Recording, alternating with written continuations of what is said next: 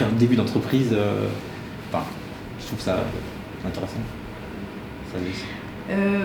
Pour moi, je sais pas ce que tu entends par manifester. En tout cas, il y a eu un moment où on a voulu et j'ai été en contact avec une ASBL qui s'appelle Agir pour la paix, qui fait de l'éducation permanente et qui briefe en fait des personnes qui souhaitent mener des actions. Ouais.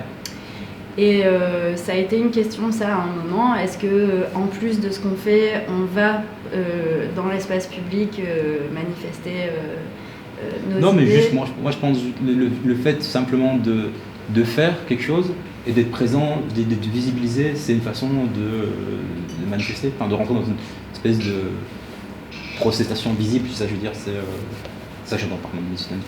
Le simple fait de faire des masques et de dire, de mettre en avant le travail gratuit, tout ça, c'est une façon de manifester.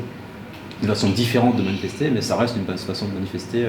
On était dans un contexte, quand j'ai fait la demande du coup pour une manifestation dans l'espace public, ça a été évidemment refusé. Donc de toute façon, on était dans une période où, à part une action un peu kamikaze comme ça, et on n'était pas prête pour ça, manifester, exercer notre droit de manifester n'était pas possible. Non, clairement. Voilà. Ça l'est toujours pas. C'est pas bon ça. Pour en revenir au féminisme, on parlait de ça tout à l'heure, et cette action t'a amené vers des courants féminisme à Bruxelles. Genre comment ?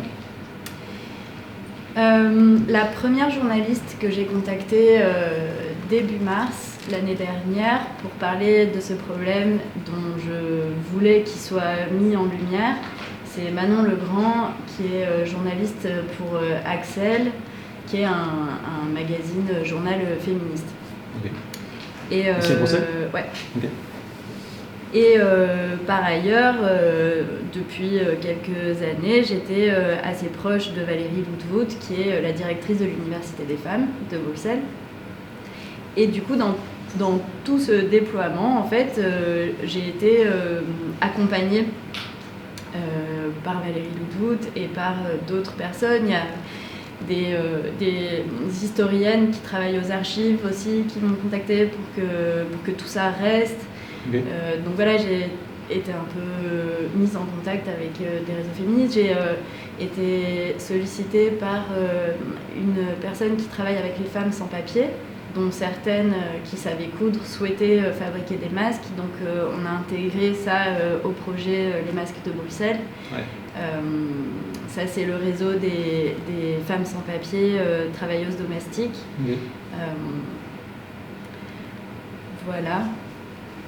Okay. Tu as rencontré le réseau des femmes sans papier Oui, et puis on a travaillé avec l'une d'entre elles. Tu parles un peu plus de ça, parce que pour ceux qui ne connaissent pas ce domaine des femmes sans papier, qui sont très présentes à Bruxelles et qui en fait, on n'a pas conscience suffisamment à quel point elles sont clairement invisibilisées, mais très nombreuses, quoi. En fait, dans les pays riches, on parle de ce qui s'appelle le désamalgame conjugal. En fait, quand on veut que les femmes entrent dans le marché du travail, quand bien même elles occupent surtout des emplois à temps partiel, c'est du temps qui est passé dans la sphère du travail qui n'est plus passé dans la sphère domestique. Et du coup, il y a une forme de sous-traitance des tâches domestiques qui justifie, on peut en parler, mais qui explique en tout cas le besoin d'une main-d'œuvre qui compense ça. Et donc, la présence de femmes qui sont formées à l'étranger. Aux Philippines, il y a des écoles pour former des travailleuses domestiques.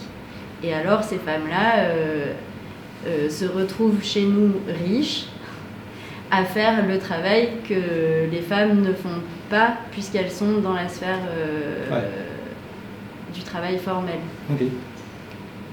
Et c'est la même chose pour la gestation pour autrui et pour d'autres choses. C'est... attends, je cherche. c'est la professionnalisation de la reproduction sociale. Et ça, c'est en fait un concept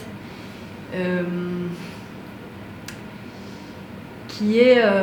en fait, la question, c'est à qui profite l'entrée des femmes blanches, riches, occidentales dans la sphère du travail. Est-ce qu'elle profite aux femmes? Et si oui, lesquelles ou pas? Oui. Et en fait, du coup, on ne peut pas parler des femmes, les femmes. Ce qu'il y a, c'est que toutes les femmes subissent la domination masculine, mais au sein du groupe des femmes, il y a celles qui sont privilégiées parce que blanches et dans des classes supérieures, et celles qui subissent d'autres formes de discrimination. Et ça, c'est l'imbrication des rapports de classe. Et donc, en fait, on parle des femmes qui subissent des discriminations de sexe, de race et de classe. Et donc, en fait, des avancées qui peuvent en être pour des femmes privilégiées vont expliquer, par exemple, la situation pour les travailleuses sans papier. Ok.